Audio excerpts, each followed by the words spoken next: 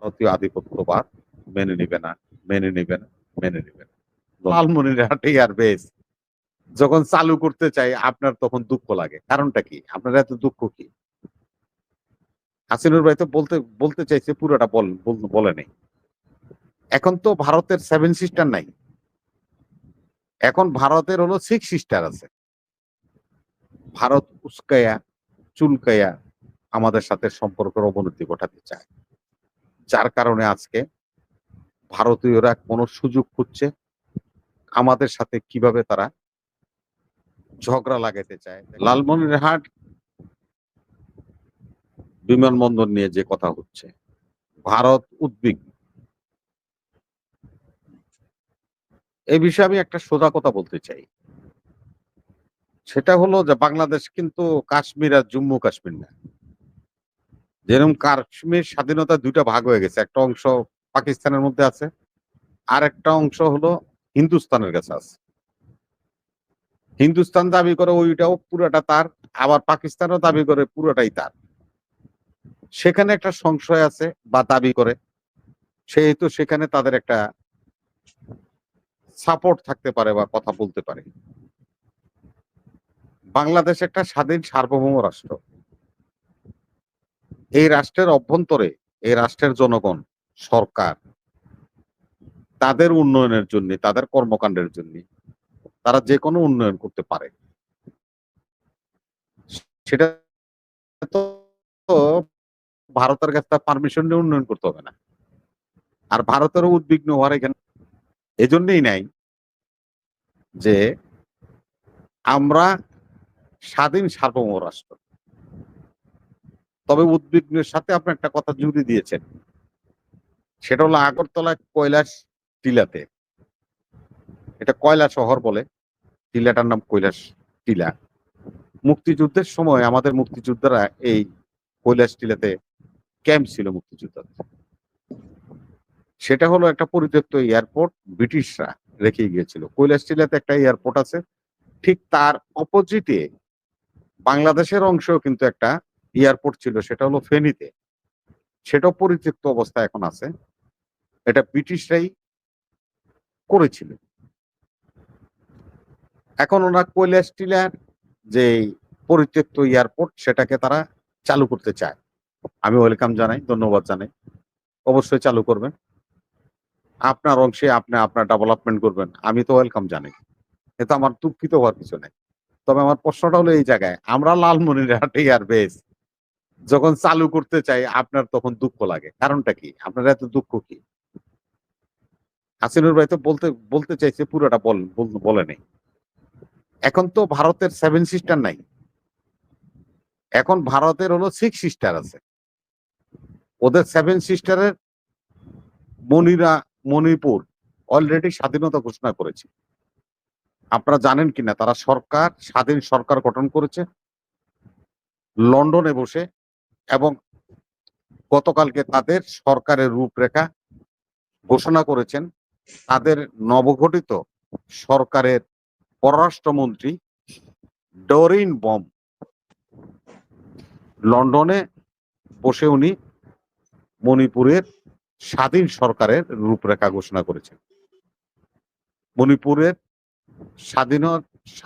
স্বাধীনতাকামী মণিপুরের নতুন যেই সরকার গঠিত হয়েছে তার পররাষ্ট্রমন্ত্রী ডরিন বম। তাহলে অতএব এখন আর সেভেন সিস্টার নেই, এখন সিক্স সিস্টার হয়ে গেছে। এরপরে আস্তে আস্তে ওনাদের কোনো সিস্টারই থাকবে না, কেননা ভাই বোন সম্পর্ক কি এটাই তো ওরা বুঝে না। বোন রেখে লাভ কি? ওরা বোন সব জ্যাটায় বিদায় করতে চায়। দেখবেন এই আপনার এই যে সনাতন ধর্মের মেয়েদের বিয়ে হয়ে গেলে তারা বাবার বাড়ির কোনো সম্পত্তি পায় না, এটা জানেন? একসাথে তাদেরকে সবকিছু দেনা পানা মিটাই দেয়। কিন্তু মুসলমানদের আপনার বোন বিয়ে হলে আপনার বাবার অংশ পায়, মানে বাবার অংশ সে দাবি করতে পারে বা পায়। তো ভারত হলো এখন আর সিস্টার রাখতে চায় না, কারণ একসাথে দেনা পানা যা আছে দিয়া ওগুলো বিদায় করে দিতে চায়। তো মণিপুরও তাদের একটা অংশ আজকে স্বাধীনতা ঘোষণা করেছে। আমি এই জন্যই বলছি যে আমাদের যে প্রশ্নগুলি উত্থাপিত হয় হঠাৎ করে দেখলে আমরা যেন কেমন হচকিয়ে যাই। আমরা যেন বুঝি যে কি জানি একটা হয়ে যেতেছে। ভারত জানি আমাদের লালমনিরহাট এয়ারবেস মনে হয় দখল করে আলাইবে, বা আমরা এখানে এয়ারবেস বানাইলে তারা মনে হয় আমাদেরকে হামলা করে দিবে, যুদ্ধ লাগাই দিবে, এমন একটা ভাবি। কিন্তু তার বিপরীত দেখেন অপোজিটে কি, যেটা আপনি বললেন যে ত্রিপুরার কৈলাসটিলাতে পরিত্যক্ত এয়ারপোর্টকে তারা ডেভেলপ করবে, সেখানে এয়ারপোর্টটাকে তারা সচল করবে। আমরা এই পর্যন্ত থাকা ভালো, এর বাইরে গেলেই আমাদের সমস্যা। দেখেন আজকে যে বড়াইবেড়ি নিয়ে আপনি কথা বলেছেন, এটা আমাদের একটা বিশাল একটা প্রাপ্তির জায়গা, এবং আমাদের স্বাধীনতা সার্বভৌমত্বের জন্য এটা একটা মাইল ফলক। এই সেই বড়াইবাড়ি যেখানে আমাদের জেনারেল ফজলুর রহমান সাহেব বিডিআর চিফ থাকতে বিএসএফ এর সাথে সীমান্ত যুদ্ধ হয়েছিল।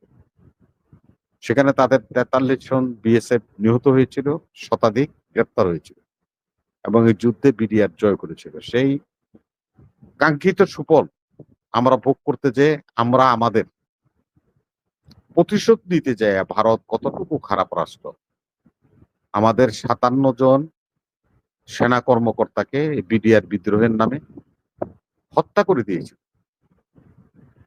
শুধু তারা বড়াইবাড়ির যুদ্ধে হেরে গেছিল, সেটার প্রতিশোধ নিতে যে আমাদের ৫৭ জন চৌকস সেনা কর্মকর্তাকে বিডিআর এর মিউটিনির নামে তাদের বাহিনী এই বিডিআর এই পিলখানায় ঢুকে দেখে দেখে তারা আমাদের এই সেনা কর্মকর্তাদেরকে চিহ্নিত করে হত্যা করেছে।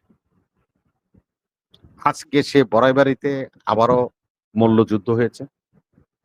১৩৬ জন রোহিঙ্গাকে আসামের এই অংশ দিয়ে, করিমগঞ্জের অংশ দিয়ে, লালমনিরহাটের পাশে দিয়ে বড়াইবাড়িতে পুশ করতে গিয়েছিল। আমাদের জওয়ানরা সাহসিকতার সাথে সে পুশ বন্ধ করে দিয়েছে এবং বিএসএফ কে ওই এলাকা থেকে হটাই দিয়েছে। আমরা আবারও গর্ব অনুভব করি। ধন্যবাদ জানাই আমাদের বর্ডার গার্ডকে। তারা এ পর্যন্ত পুশিনে প্রত্যেকটা জায়গায় প্রতিরোধ গড়ে তুলেছে এবং ভারত পুশিন করতে ব্যর্থ হচ্ছে বারবার। ভারত উস্কায়া চুলকায়া আমাদের সাথে সম্পর্কের অবনতি ঘটাতে চায়, যার কারণে আজকে ভারতীয়রা কোনো সুযোগ খুঁজছে আমাদের সাথে কিভাবে তারা ঝগড়া লাগাতে চায়। দেখেন আমাদের স্থল বাণিজ্য বন্ধ করেছে, আকাশ বাণিজ্য বন্ধ করেছে, আমাদের ট্রান্সশিপমেন্ট বন্ধ করেছে। তারা আমাদেরকে নিয়ে খেলতে চায়। ভারতের মোদিকে আমরা বলতে চাই এবং ভারতীয়দেরকে বলতে চাই, প্রয়োজনে যেমন ভুট্টো বলছিল ১০০ বছর ঘাস খাবো, তারপরেও পারমাণবিক বোমা বানিয়ে ছাড়বো। আমরাও ঘোষণা করতে চাই বাঙালি ১০০০ বছর দরকার হলে ঘাস খাবে, তারপরেও ভারতীয় আধিপত্যবাদ মেনে নিবে না, মেনে নিবে না, মেনে নিবে না।